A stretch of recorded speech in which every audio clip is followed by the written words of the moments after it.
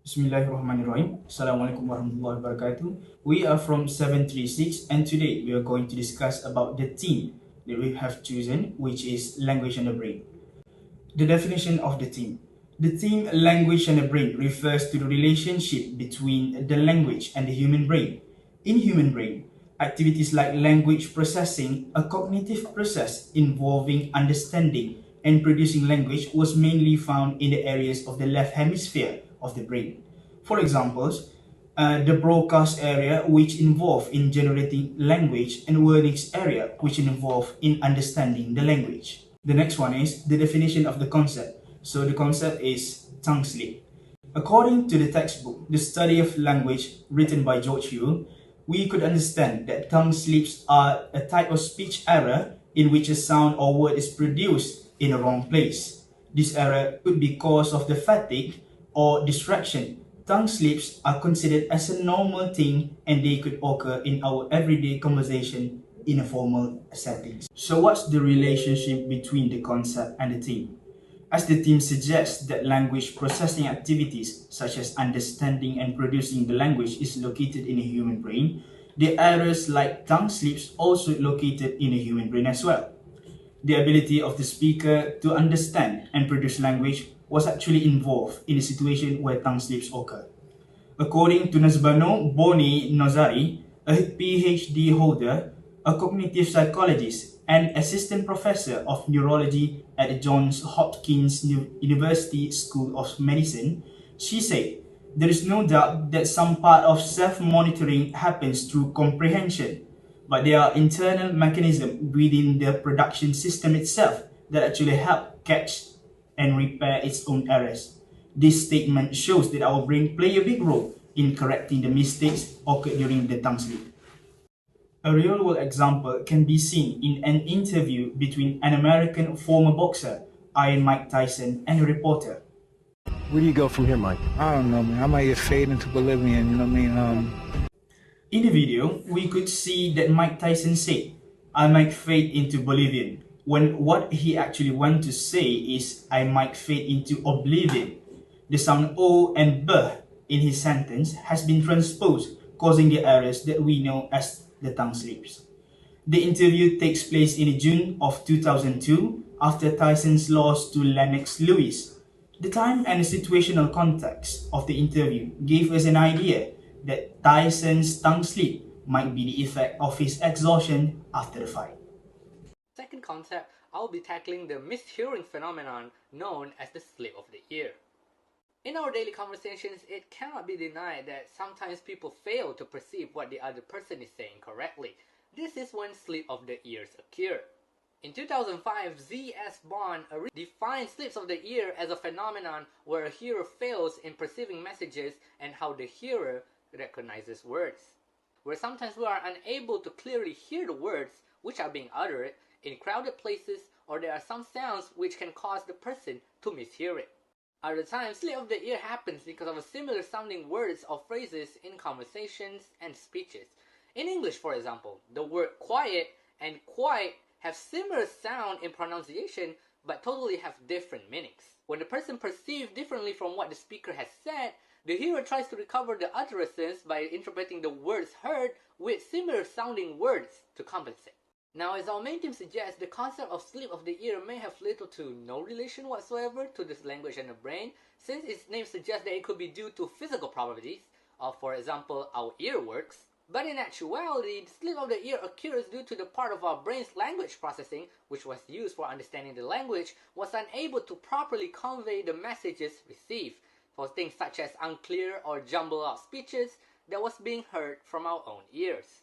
This in turn causes our brain to misinterpret the words received, and instead trying to string together words that are identically or similarly sound like the words received, despite of course it's not being accurate. As such, the ability of the listener to try and comprehend the words that are being spoken to may be prone to the basis of slips of the ear. The most popular and yet the most controversial real-world example of this brain misinterpretation is Hailey Stavas during her live camera interview of the NASCAR driver Brandon Brown in Alabama after he won his first NASCAR Xfinity Series race. At the time of the interview, the fans are chanting, "Yeah, not gonna say the thing, but here you go. And yeah, she interpreted for something completely different. As you can hear the chants from the crowd. Let's go, Brandon. Brandon, you told me you were going to kind of hang back those first two. Now, that's what I would call a big yikes. Now, what we have witnessed just now is an example of a critical effect of slips of the ear.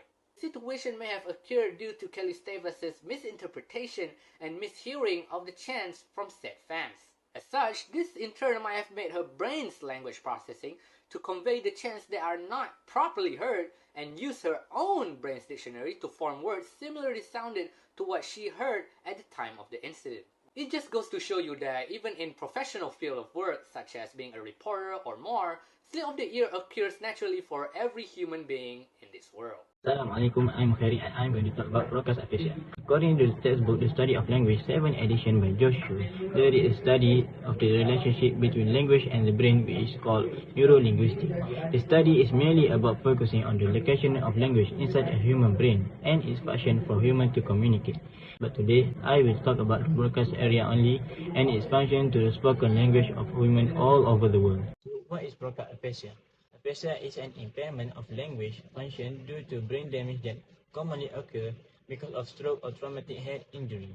According to Shah, broadcast aphasia is a disease or a language disorder that is also called as expressive aphasia. It causes a human to reduce the amount of speech, distorted articulation of words and slow, often involve effortful speech when they are speaking. The person that afflicted with this disease often produce words that consist of lexical morphemes only, which are mostly nouns, verbs, and adjectives. So, most of the patient will lack of grammatical form when speaking, make them hard to produce the words they meant to say, but understand the message that people try to convey. So, in broadcast aphasia, comprehension is typically much better than production. So, the relationship between language and the brain with broadcast aphasia is the brain is an essential part for humans to use language and to understand it. Broadcast aphasia is a disease that occurs because of the damage that happens inside the brain, which is in broadcast area that located in the frontal lobe on the left side of the brain. That is also described as anterior speech cortex. Consequently, this broadcast area is a crucial area of the spoken language for humans. So, the damage inside our brain, which is in broadcast area, would affect humans from communicate and speak the language itself. So, to give you more context about this concept, I'm going to provide you a real-world example about broadcast aphasia. So, as we can see, Jack Hurley is a patient of broadcast aphasia disorder as he suffered a stroke in 2009. In an interview session, we could see that Jack Hurley having some difficulties to pronounce some words and articulate certain words and to make sentences. For example, in this video, what's that? We're not even with this phone and stuff. Oh yeah, of course, reading and writing and stuff, but it's not gonna. It's not gonna. It's rare. So maybe 50 years or 60 years, maybe, but it's not even. It's rare. so, as we can see, right after the interviewer asked the question to Jack, Jack seems to understand the question clearly, but find it hard to answer it. Jack's pronunciation is distorted and slow, and also show a lot of effort to articulate each word as he tried to speak, with a lot of hesitation and really long pauses. He also seems to use almost entirely of lexical morpheme and very little of functional morpheme when he speaks, and he also lacks many of grammatical markers. Okay, now let's go to warnings aphasia. According to Shah in his book The Study of Language 7th edition, warnings aphasia is a language disorder that results in difficulty in auditory comprehensions. Sometimes it is called receptive aphasia. One who suffered from warnings aphasia can produce fluent speech, but it is difficult to be understood. So, to explain the relationship of the concept with our team today, let's put it in this way. Warnings aphasia is a language disorder caused by damage to warnings area, which is in the left hemisphere of the brain. This area is crucial for language comprehension and the processing of auditory information. When one's area is damaged, the ability to comprehend and produce meaningful language is impaired. Individuals with Wernicke's aphasia often exhibit fluent speech, but with poor content and comprehension.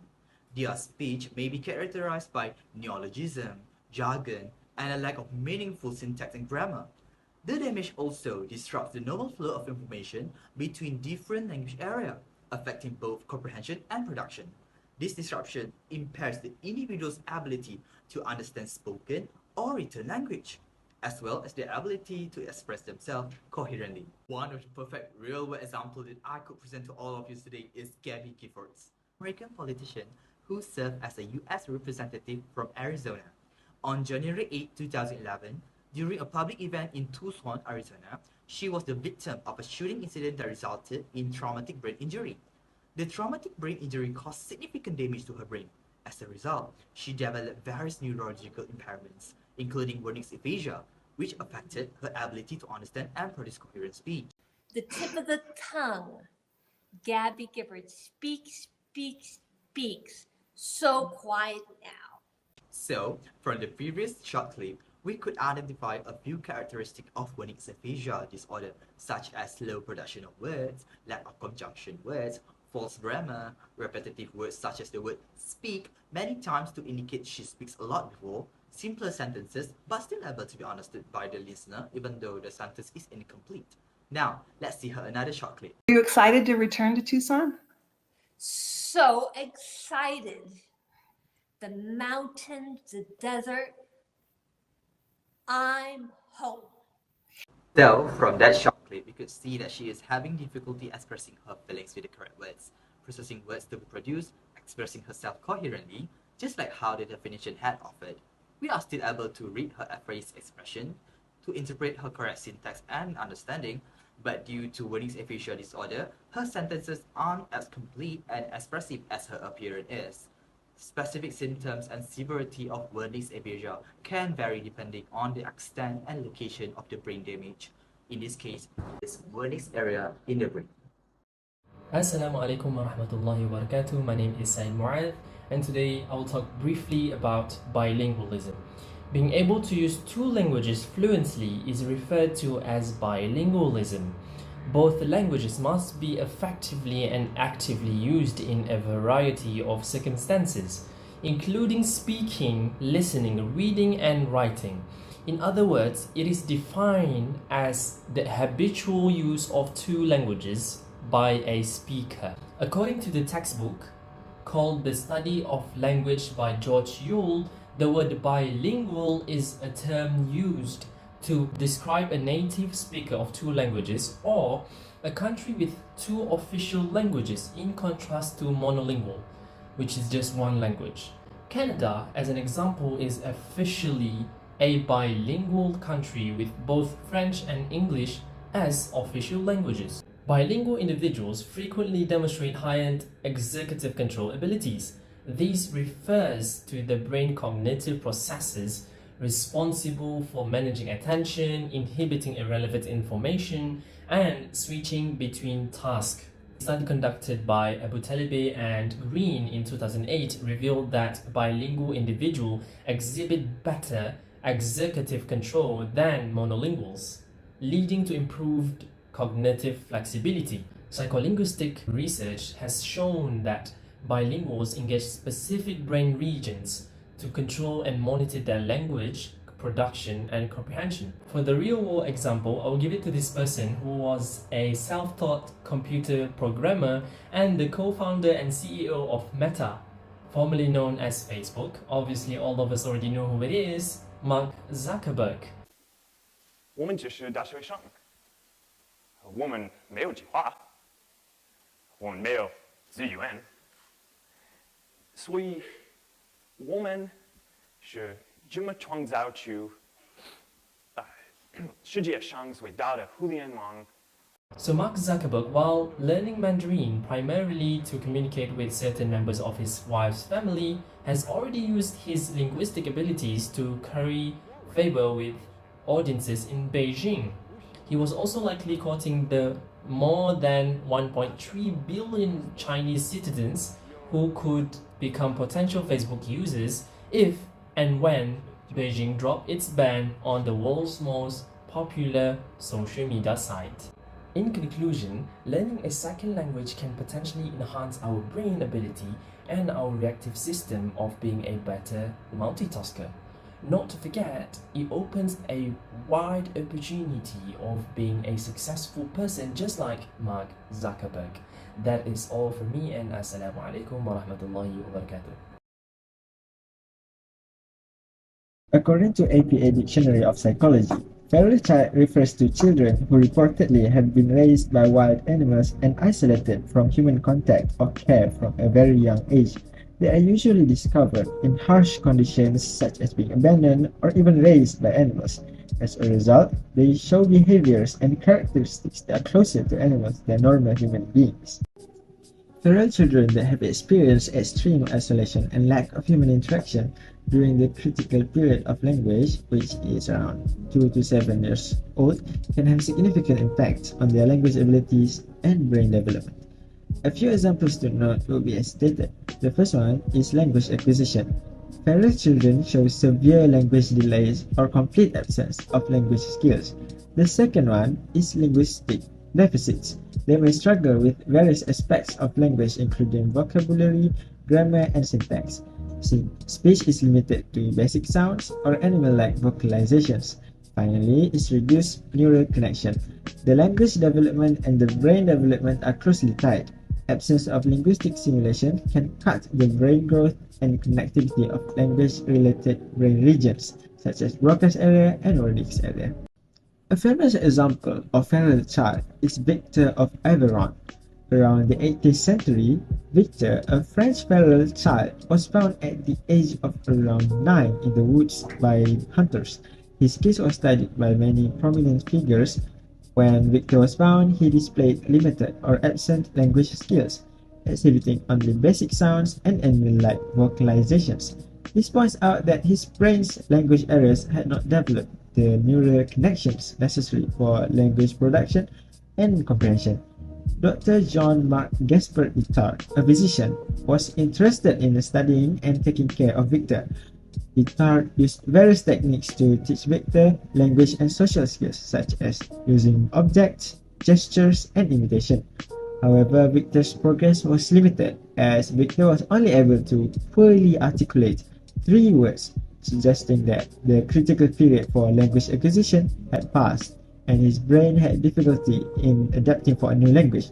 Victor's prolonged isolation deprived him of the necessary linguistic and social stimulation during this critical period, resulting in severe language deficits.